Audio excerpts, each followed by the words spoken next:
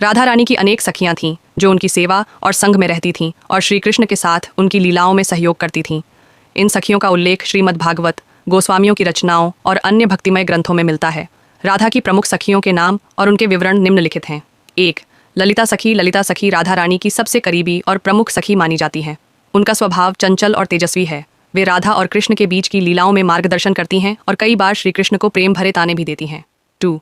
विशाखा सखी। विशाखा सखी राधा की अत्यंत प्रिय सखी हैं। वे बहुत ही सुंदर, बुद्धिमान और मृदुभाषी हैं। उनकी वाणी और ज्ञान से राधा कृष्ण की लीलाओं में आनंद बढ़ता है। 3. चित्रा सखी। चित्रा सखी कला और सौंदर्य की प्रतीक मानी जाती है। वे राधा कृष्ण के श्रृंगार और उनके मनोरंजन में विशेष भूमिका निभाती हैं। 4. इंदुलेखा सखी। इंदुलेखा सखी शांत और गंभीर स्वभाव की है। उनका कार्य राधा कृष्ण की लीलाओं में शांति बनाए रखना और आवश्यकतानुसार सुझाव देना है। 5. चमकलता सखी। चमकलता सखी अपने साहसी और चतुर स्वभाव के लिए जानी जाती है।